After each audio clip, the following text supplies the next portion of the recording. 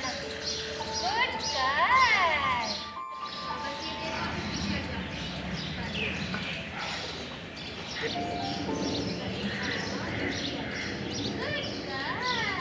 Healing का process, जब wound heal हो गया तो उसके बाद हमने इसको प्रोस्थेटिक के लिए यूटिलाइज़ किया। और इसका जब प्रोस्थेटिक आ गया तो हमने सबसे पहले इसको मेंटली एग्री करना था कि तुम्हारी चौथी टांग आ चुकी है, तुम इसको यूज़ कर सकती हो। तो सबसे पहले इसको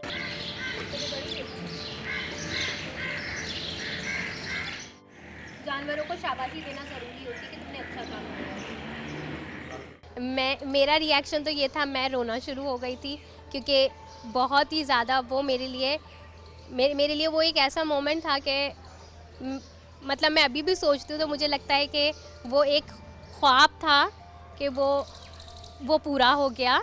और या हम लोग बहुत खुश थे, हमारी डायरेक्टर बहुत